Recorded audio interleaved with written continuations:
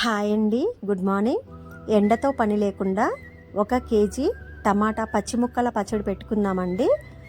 1 KG టమాటాలు తొనలు తీసేసి శుభ్రంగా కడిగేసి ఒక 1 అవర్ పైన ఆరబెట్టుకున్నానండి, తడి ఉండకుండా. అలాగే ఒక ప్లాస్టిక్ డబ్బా అయినా పర్లేదు, ఒక పెద్ద గిన్నె, వాడని గిన్నె అయినా పర్లేదండి. అడుగున శుభ్రం చేసుకున్నటువంటి చింతపండు అండి, ఈనెలు గింజలు లేకుండా శుభ్రం చేసుకున్నటువంటి కరెక్ట్గా 1/2 కేజీ చింతపండు అండి. కేజీ టమాటాలకి 1/2 కేజీ చింతపండు పర్ఫెక్ట్ కొలతండి. ఒక టమాటా వచ్చి 6 భాగాలుగా అంటే పనస తొనల్లాగా కట్ చేసుకొని చింతపండు అడుగును ఉండాలండి, టమాటా పైన యాడ్ చేసుకుందామండి. అలాగే పసుపు వచ్చేసి ఒక చిన్న స్పూన్ తోటి 3 స్పూన్లు వేసుకున్నానండి. సాల్ట్ వచ్చేసి గల్లుప్పు అయినా పర్లేదు, గల్లుప్పు మిక్సీ పట్టుకున్నదైనా పర్లేదు, కరెక్ట్గా ఒక చిన్న టీ గ్లాస్ యాడ్ చేసుకున్నానండి. ఇప్పుడు మనం బాగా కలుపుకుందామండి, కానీ చింతపండు మాత్రం అడుగునే ఉండాలండి.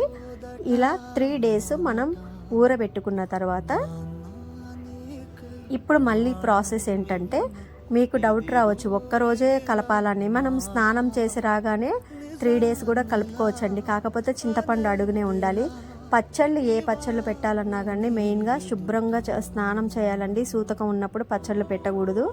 అలాగే స్నానం చేయకుండా పచ్చళ్ళు పెట్టినా ఆగవండి. ఎంత శుభ్రంగా ఉండి పెడితే అంత పచ్చళ్ళు అనేవి నిల్వ ఉంటాయండి. ఇది నేను చెప్పే మాట కాదండి, మన పెద్దవాళ్ళ కాలం నుండి కూడా వాళ్ళు పచ్చళ్ళు అంటే లక్ష్మీ స్వరూపంగా భావించేవాళ్ళు. మనం కూడా అంతే శుచి శుభ్రతలు పాటిస్తూనే పచ్చళ్ళు పెట్టుకోవాలండి. ఈరోజు 3వ రోజు అయిందండి. టమాటా వచ్చేసి ఇప్పుడు మనం పచ్చడి ప్రిపేర్ చేసుకుందామండి. మెయిన్గా ఫస్ట్ వచ్చేసి టమాటా ముక్కలు పిండి పక్కన పెట్టుకుందామండి. చింతపండు మిక్సీ పట్టుకుందాం.